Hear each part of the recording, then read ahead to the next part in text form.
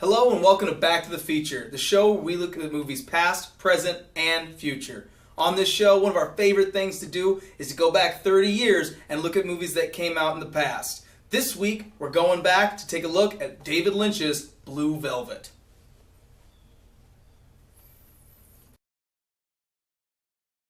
Hello and welcome to our show. I'm your host, Giovanni Carlo. I'm sitting here with my usual cohorts, John Vandeloo and Giancarlo. And today we're talking about 1986's Blue Velvet. Blue Velvet is a mystery crime thriller. A young man discovers a severed ear in a field, embroiling him in a dangerous mystery involving a beautiful nightclub singer and a group of psychopathic criminals.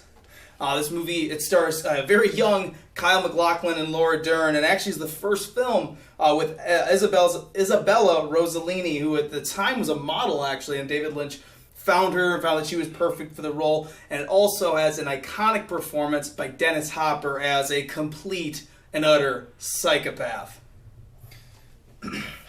So guys, before we kind of get started, whenever we talk about the past, it's always interesting to take a look at some of these filmmakers, some of these iconic films that we like to look at. And we're talking about one of the most prolific directors that I think there's ever been in David Lynch. So guys, what's maybe a little bit of like your experience with him, and maybe just talk a little bit about what makes David Lynch's movies singular and so special. If we're talking David Lynch, the first thing you really got to mention is Surrealism. Surrealism's aim is to resolve the previously contradictory conditions of dream and reality. Now, this is something that David Lynch is obviously extremely known for and does very efficiently and very well. I think my first encounter with David Lynch was Eraserhead. I think an Eraserhead is just a nightmare of awesome moving pictures. I don't know any other way to describe it, really. Yeah, I think that's kind of the way I always think about it. It's kind of like if you were to be put into someone else's dream, but not just their dream, specifically someone else's really messed up nightmare. So Gian, what's maybe some of your experience with them and your thoughts on the style of David Lynch? Well, I think I was kind of unlucky. My first David Lynch movie I watched ended up being Mulholland Drive. Which, it's a good movie, but it's one of those movies that you have to be ready for, and I was not ready to watch it. I kind of felt that, and sort of afterwards was like, I had that feeling of, what did I just watch, Yeah. Like, that being said, like, the visuals and the tone of it was really well made. Yeah. But it's definitely has, like, elements of more, like, stream of consciousness, sort of like, I was going to say story, but, like, yeah, but sort of like stream of consciousness and then that surrealism, and you spend a lot of time trying to thinking about what you're really seeing, and you've got to be ready to kind of do that kind of work when you're sitting there watching those movies. But to contrast with that movie, though, this movie is a lot more pulled into reality, and that helps. That was definitely I was actually kind of afraid to go into this movie a bit because I still don't know where I stand with David Lynch. It's not quite for me, but I understand why the art form is appreciated, and I do appreciate what he's good at. Yeah, Mulholland Drive is kind of the most sprawling, I think, of his movies. It is the most dreamlike, which is kind of crazy because everything that he does has that, like you said, that surrealistic style to it. But it's definitely, like I said, it's the most sprawling. It's where this is extremely focused. And my first experience with it really was watching Twin Peaks, actually. I really, really enjoy that. I always love mystery as a genre is kind of my favorite thing. I don't think we get enough mysteries. Yeah. And just kind of his little blend of horror and film noir, for me, that's kind of perfect. It's like two of my favorite things kind of joined together. And this movie is kind of the precursor to Twin Peaks and that style, and you definitely get that feeling. But I've also, I saw Mulholland Drive as well. I enjoy it. I love on Gian's where Gian is with that, where I think it is a sprawling, kind of a top-heavy movie, and maybe one that you have to maybe watch a couple times and really examine it. I think to really get everything out of it. I think on one viewing, it's tough. I also have seen The Elephant Man, which I thought was really enjoyable. It's got some great performances in there with John Hurt and Anthony Hopkins. weirdly enough, it's like the most optimistic movie I think that David Lynch has ever made. And then I'm actually a huge fan of Eraserhead. This October, I'm going to do like a 31 days of like horror movies, and it is definitely going to make my list. It's gonna be like that calendar around the holidays you'll have for Christmas, and each day there's like a little candy. Except each calendar, day, yeah, it's gonna be my horror movie advent calendar. So you guys check out on my Twitter. It'll go up there, and I'll be sharing with you guys in October. But this movie, though, I think is, like we just have said, it's kind of his most focused, and like I said, also the precursor to the kind of film noir meets horror style Twin Peaks. So guys, what is kind of the positives of this film for you? Well, I think it's an extremely tightly made film. I think the script lends itself very well for your typical David Lynch film. Sometimes there's very long sequences without dialogue, or even like the soundtrack plays into the films, which it does in this film too, but it does it in such a way where it lends itself to more common audiences, I think, that you can relate to the film a little bit more. It's not just subconscious, it actually lends itself to more of a casual moviegoer. Yeah, it spends less time in that dreamlike area as some of his other films. Gia? Well, I actually appreciated the main character, Jeffrey, his character. I thought he was pretty well written. I liked how he was introduced in the movie and how he he flirts with Laura Dern's character. What's her name? Sandy. Sandy, yeah. That kind of early on, kind of innocent character sort of thing, and I his character getting pulled into this whole thing. And that was really well done. And then, of course, the film noir elements I thought were pretty well represented. I'm a big fan of film noir styles, especially when it's mixed with other styles of movies. In this case, it's sort of like psychosexual horror. Or like other movies like Blade Runner is like sci-fi. I like seeing noir being like a hybrid, cross genre thing. Yeah, and this did it really well. The progression of it was really good. I think Kyle MacLachlan is a great one to mention. I think this is a really, really early role for him, if not kind of his first major role in something. This movie did get some notice. It did get nominated for an Oscar in 1986. It lost to Platoon and Oliver Stone, but I could definitely see that because that is also a fantastic movie. But I think Kyle MacLachlan is really strong in this movie, along with Dennis Hopper. I think it has some really great performances. I don't think there's the principal cast here. There really isn't a weak spot in it. Yeah. And then, like John said, it is a really tightly wound movie where I really don't feel like there's any bit of dialogue or any sequence in it that doesn't have value to the plot and to the characters. I think it just services those things extremely well throughout. I also really love the way David Lynch just films his movies too.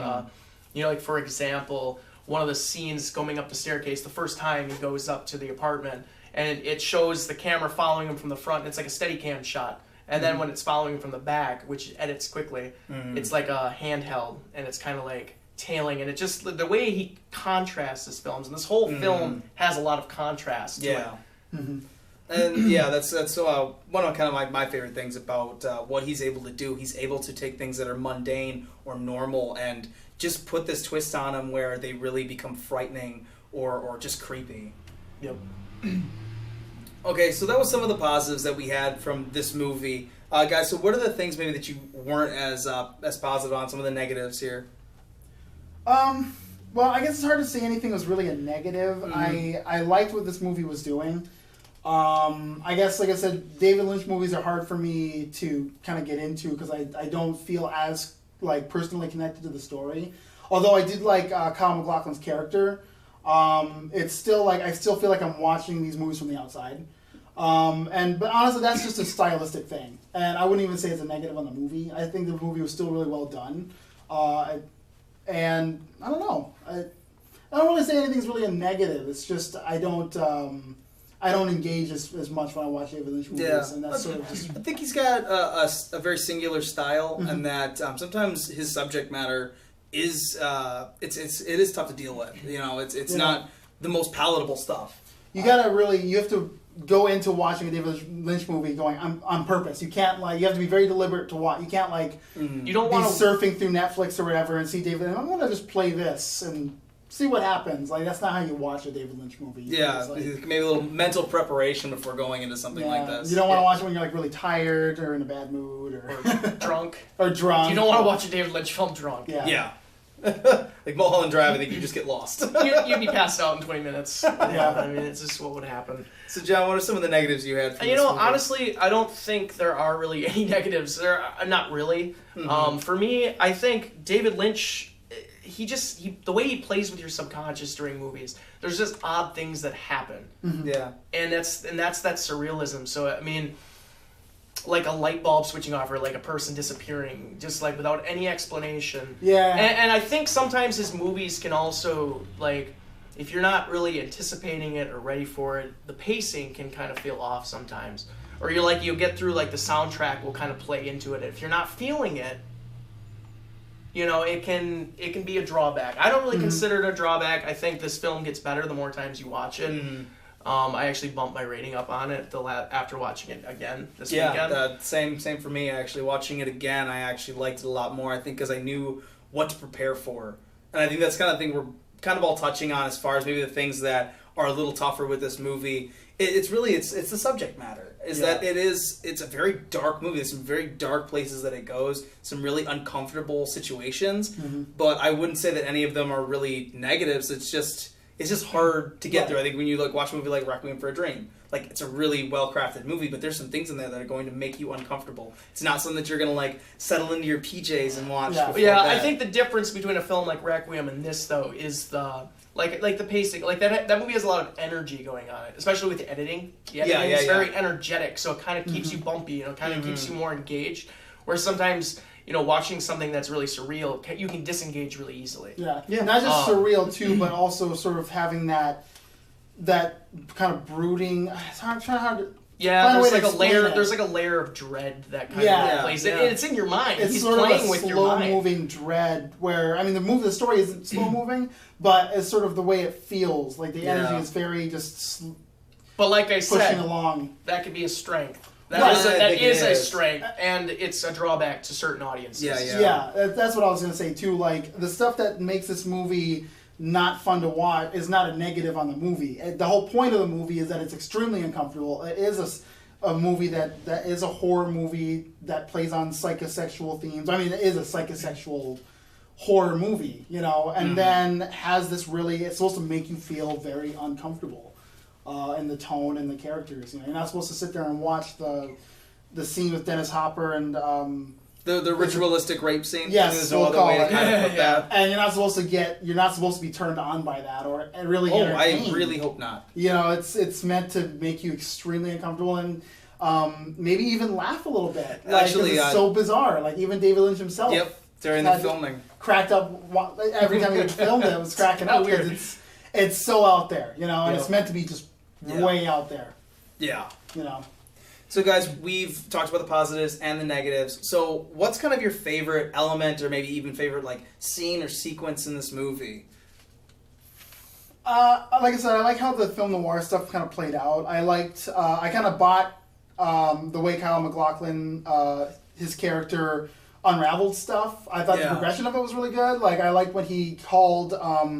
Laura Dern's character to like update her on like the stuff, like that one conversation is like what does he say, like, you're not going to believe anything I'm about to tell you or something like that. Like, I kind of liked all that setup to that and like including her in there and sort of her perspective of like, you know, like discovering that this town that she lives in is hiding all this stuff.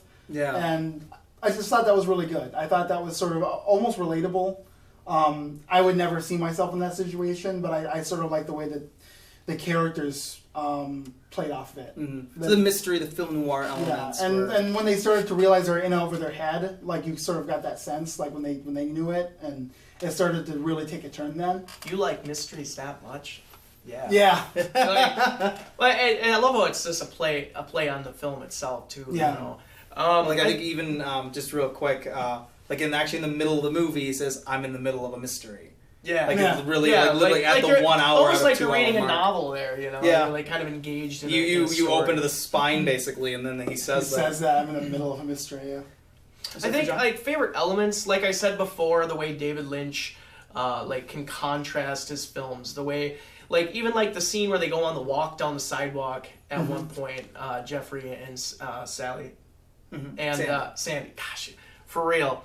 Sandy. But where they're going down the sidewalk, and it's just kind of like nonchalant walk, and they're getting to know each other, catching up. They went to the same high school, you know. But then, like, all of a sudden the shot changes, and it's like like the sidewalk fading, or it's like kind of like going forward into the sidewalk, and the shot is kind of out of nowhere, and you're just kind of like, well, that's kind of eerie. It makes you feel uncomfortable. Then it cuts back to them. They're walking again, and all of a sudden it like edits quickly, and it's a shot like going through the tree. And then it cuts back. And the way David Lynch does that, you know, and through the whole film, too, with the way the music plays. The beginning of the film, it opens up with Blue Velvet, you know, like this 1960s soundtrack, and, like, the happy town, you know, the fireman and the mailman and all that. Yeah. And then nighttime comes, and the way, like, the acting changes, the filming changes, everything changes, and it contrasts very well. I think that David Lynch is kind of the king of that, and it's kind of where you see the precursor to Twin Peaks, because that's kind of what that show was kind of completely about, was this idyllic community and the seedy underbelly that even in these rural parts, these small towns, there still is this crime, there still is this darker world underneath, and I think that like from the get-go where it shows where Kyle MacLachlan's dad hurts his neck and he's down on the ground, and it kind of zooms in through the grass, down all the way to these beetles that are like you know, eating like in the dirt, and it's disgusting and like aggressive, and you really kind of get it really sets the tone. I mean, for the rest of the movie and for the other like I said, the other stuff he does, like Twin Peaks. It's honestly a metaphor for the whole film. Yep. That opening shot. It tells you exactly what you're in for, and I don't think that there's a lot of people that have done stories like that, and that's what I really love about Twin Peaks, and I love about this. Is getting to that underbelly of some of these communities that people think that like, oh, it must be so nice because it's a small suburban place, you know, like Lumbertown, you know, at the sound of the tree, it's 9:30. But there really is like this underworld with people like Dennis Hopper. And that's actually what I really want to mention, is that this is an iconic performance from him. I don't think that there's very many people that have played a role this dark and just deeply dark and disturbed. And I don't know if there's a lot of actors that could play something like this and be as convincing as he is. Frank feels like a real person, a terrifying person, but a real person all the same. So I think that I definitely have to give, like we talked about Kyle MacLachlan quite a bit, but I definitely got to give the tip of the hat to Dennis Hopper and his performance. I think that in some ways his villain really does make the movie. Yeah, for sure. One of the things I thought about watching that movie is like imagining being Dennis Hopper after making that movie, knowing that people are going to remember that I was this character.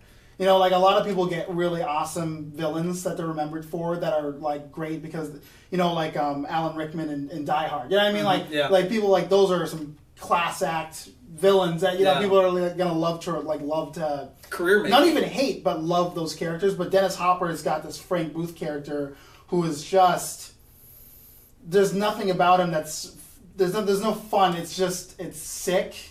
It's terrifying. It's almost alien for people who don't know what he's doing. You know, But I think that's the thing that's so terrifying is how grounded it is. Yeah. At the same time as other, like as strange as he is, like I said, I think that there's something about the way that Dennis Hopper plays that this character is extremely believable. Yeah. That is a weird thing to kind of wrestle with when you're watching it. It's like, this guy is so out of from what I've seen from real people, but you know that there's somebody out there that is this messed up, that does these kinds of screwed up stuff to people. You know it's out there, and that's what's scary about it. I know you were touching on, too, I just want to tidy up this one in bow, but you were talking about Twin Peaks. You know, a lot of buzz this summer was Stranger Things. Yeah. And honestly, this has it seems like a lot of influence on Stranger Things. Just the way the soundtrack plays in that 80s soundtrack and the eeriness and that kind of small town feel to it. It really does play into the feeling of like Stranger Things. So, guys, I think it's pretty clear to see that we had a lot of positives to this movie. I think we all enjoyed it. So, what are your guys' final summaries and final grades for Blue Velvet? I want to summarize. It's definitely a good movie. I think that David Lynch did everything he set out to do, and he made some really memorable scenes and some memorable characters, especially in Dennis Hopper. That being said, I have a hard time connecting with David Lynch's movies, and that is not a detriment to the film at all. For me, this movie is I would say a B+. It's a movie that, if I watch it, I understand why it's good, but it's one of those movies that I'm not going to go out of my way to see again, because it's just not my thing. So I guess it's hard for me to rate it. I feel like I'm almost doing it a disservice by not giving it an A, but that's sort of how I feel watching it. I get where you're coming from, though. I do understand where you're coming from. John? I consider a Blue Velvet a challenge viewing, something that you have to engage with. But I think it gets better with every viewing. Every time you revisit this and analyze it a little bit more, I think you get a little bit more out of it with every David Lynch film. It's a tightly knit, small murder mystery, crime noir. I mean, this is what I love. I love surrealism. I love David Lynch. I give this movie an A. I bumped it up from my last. I probably would have said a B+. I think I was kind of in that same boat after my first viewing with this film, but after my second viewing, I got a little bit more out of it. I had a little more enjoyment out of it. So if you didn't really quite get it the first time, give it a second chance and just really study the film, and I think you'll get a little bit more enrichment from it. Yeah, I actually have to really echo what you said there, where watching it a second time, I actually felt a lot stronger about it. I was in Gion's boat when I first watched it, where I was like, I see why, this is a really well-made movie, but, I don't think I would pick it up again. After watching it again, I definitely have a lot, honestly, I enjoyed watching it. Like we've said, it's a very well-written mystery thriller movie. It's a look into darkness inside of maybe a community that you don't think that darkness would seep into.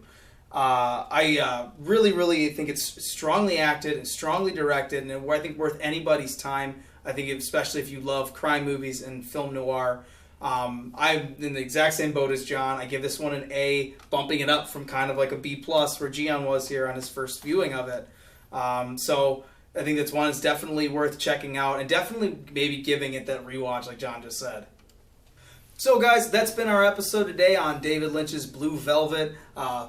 We all really, really enjoyed this flick. We implore you, go out, check this one out. I've been your host, Giovanni Carlo. I'm John Vandeloo. Giancarlo. Follow us on Twitter, like and subscribe. We've been Back to the Feature, and we'll see you next week where we're looking at something maybe a little happier with Crocodile Dundee.